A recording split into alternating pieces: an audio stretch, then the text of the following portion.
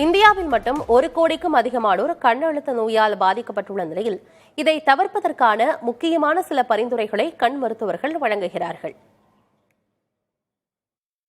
Smart phone, laptop, computer, TV என அதிகப்படியான digital திரை பயன்பாட்டால் ஐ ஸ்ட்ரெயின் எனும் கண் அழுத்த நோய் ஏற்படுகிறது. தலைவலி, கண்ணெரிச்சல், பார்வை குறைபாட்டை ஏற்படுத்தும் இந்த பிரச்சனையை தடுக்க திரை பயன்பாட்டின் போது 20 20 விதிப்படி ஒவ்வொரு 20 நிமிடங்களுக்குள்ளும் 20 அடி தொலைவில் 20 வினாடிகள் பார்க்க வேண்டும் என்கிறார்கள்.